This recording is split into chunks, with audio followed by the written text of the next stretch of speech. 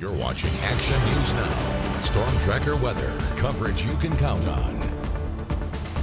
Clear skies over Shasta County from the Alert California camera. We're heading into the Labor Day weekend pretty soon. It's Thursday, Howie, but it feels like the weekend is almost here, and the weather's looking pretty great for it. Weather looks awesome, and I'll bet you a lot of people took off today. They're probably already enjoying their 4-day weekend. Now, we are going to start to see temperatures drop down. I think that's going to be a little more comfy overall if you're doing things outside of the pool and river and lake swimming and safe river and lake swimming environments. But again, back into the triple-digit weather for the valley, even some higher up spots getting really, really close to that 100-degree mark. So the heat has returned pretty much anywhere you go here in Northern California. So overnight, staying in the mid-60s for the valley, even the higher elevations staying in the 50s now. After just a few days ago, we were dropping into the 40s, pretty much higher elevation wide. Here's what we have for tomorrow. Another day Friday into the triple digits.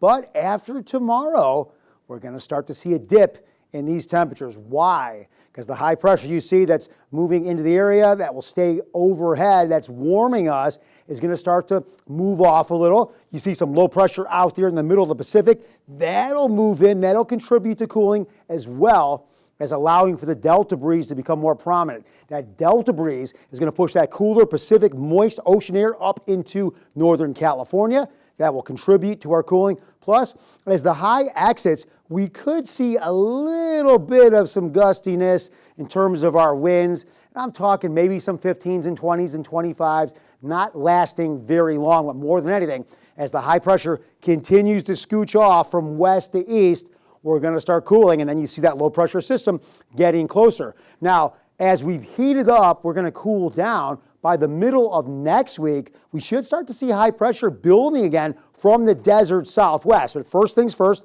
we're on the hot side. We'll start cooling down for Labor Day weekend and Labor Day Monday, but then we'll start to warm up all over again. Let's show you again in full graphic illustration. Here is what we have temperature-wise. So as you saw high pressure moving closer, we continue to heat up, but then by the weekend, as the high slowly starts to move off, those low pressure storms from the ocean start getting closer, the delta breeze gets stronger, we start to see a cool down, and that will help with the moisture levels as well. Again, maybe a little breezy over the weekend. I'm just talking maybe 15, maybe some 20-mile-per-hour gusts. But then by the middle of next week, we start to warm up all over again, and Redding included.